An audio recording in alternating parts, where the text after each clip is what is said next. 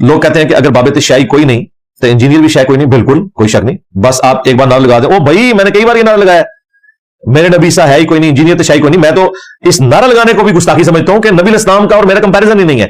تمہارے بابوں کو ہمیں رگڑا اس لیے لگانا پڑا کہ تم نے نبی سے بڑھا دیا تھا نا بابوں کو, بلکہ تم نے تو اللہ سے بڑھا دیا تھا. چھاڑ دو بھی عبد القادر پہ گیا. پھر مجھے مجبوراً کہنا پڑا کہ باب شیعی کوئی نہیں. ہاں, جب تمہارے بزرگوں نے ایک کہانی کروائی کہ بڑے سے بڑا غوث قطب ابدال ایک صحابی کے گھوڑے کی خاک کے برابر بھی نہیں ہے, تو میرا نعرہ تو بڑا سافٹ ہے. تم تو کہتے تھے کہ صحابی کے گھوڑے کے قدموں کی خاک جیسا ہے ہی کوئی نہیں, غوث قطب ابدال شیعی کوئی نہیں. یہی کہتے تھے نا, جانوروں سے بدتر سمجھتے تھے اپنے بزرگوں کو. میں نے تو پھر بھی کہا کہ نبی کے جیسا ہے کوئی نہیں, بابت شیعی کوئی نہیں. میرا نعرہ بہت بہتر ہے تمہارے بزرگوں سے. رجوع کرنا پھر ایسے نعرے ہوتے. ہمارے نزدیک تو یہ جعلی نعرہ ہے کہ کسی صحابی کے گھوڑے کی قدموں کی خاک کے برابر کوئی نہیں ہو سکتا. بھائی جانور ہے, صحابی کا جانور بھی ہو, آج کا ایک مسلمان اس سے افضل ہے. کوئی جانور مسلمان سے افضل نہیں ہو سکتا. جامع ترمذی اور سنن ابن ماجہ میں حدیث ہے کہ اے کعبہ تیری خوشبو بڑی اچھی ہے, لیکن اللہ تعالیٰ کے نزدیک ایک مؤمن کی حرمت کعبے کی حرمت سے بڑھ کر ہے. یہ جذباتی جملے ہیں, گھوڑے کے قدموں کی خاک, اللہ سے ڈر جاؤ.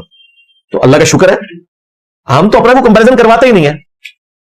ہم تو کوئی شاید اپنے آپ کو اس لیول پہ نہیں سمجھتے کہ ہمیں کمپیریزن کروانا پڑے. یہ تمہارے بابوں کا نام بھی اس لیے لکھنا پڑا کہ انہوں نے کام ڈالا ہوا تھا, اس لیے بتانا پڑا کہ یار ان کو چھوڑو, نبی الاسلام کی پیروی کرو. تمہارا بابا یہ کہ میں اس وقت تک جنت میں نہیں جاؤں گا جب تک سارے مرید نہ لے جاؤں. اور بخاری مسلم کی حدیث ہے, اے میری بیٹی فاطمہ, اس بات پر نہ رہنا کہ تم اللہ کے نبی کی بیٹی ہو, اپنے مال اپنے ساتھ رکھنا.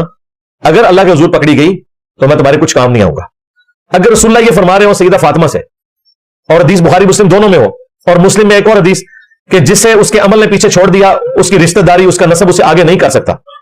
ان حدیثوں کے ہوتے ہوئے اگر کوئی بابا یہ کہے کہ میں اپنے سارے مرید اپنے ساتھ جنت میں لے کے جاؤں گا, تو یا تو وہ ٹون ہے یا اس کا ذہنی توازن درست نہیں ہے.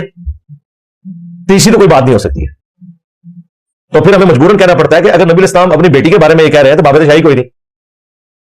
قرآن و سنت کی تعلیمات کا نچوڑ یہ ہے کہ بابت شاہی کوئی نہیں, کیونکہ قرآن و سنت کی مخالفت میں کون کھڑے ہوئے؟ بابے. آج کل بعض ماڈرن لوگ ان کی وکالت کرتے ہیں نہیں بابے ٹھیک تھے, یہ بعد والے لوگ خراب ہوئے. توبہ توبہ, بعد والے کافی ٹھیک تھے. دیکھیں آج کوئی باپا جانی سے آپ نے کبھی سنا کہ اہل حدیث دیوبندی اور شیعہ مرتد اور واجب القتل ہیں؟ کبھی انہوں نے کہا. لیکن جس اعلیٰ حضرت کے وہ ماننے والے ہیں انہوں نے تو احکام شریعت میں یہی لکھا ہے. تو آج والے تو کافی ان کے سافٹ ویئر اپ ڈیٹ ہو چکے ہیں. کتابیں ضرور بانٹتے ہیں وہ والی, خود نہیں بولتے. تو جو لوگ کہتے ہیں نا کہ آج کام خراب ہو گیا, آج والے بڑے چنگے تھے, پرانے تو توبہ توبہ توبہ توبہ توبہ کرو پرانے کو. کیا رکوع میں جماعت کے ساتھ ملنے سے حرکت ہو جاتی ہے؟ جی اکثریت کا یہ موقف ہے, ہو جاتی ہے, لیکن اسے عادت نہیں بنانی چاہیے. اس پہ میری تفصیلی ویڈیو ہے, بلکہ رجوع بھی ریکارڈ ہے.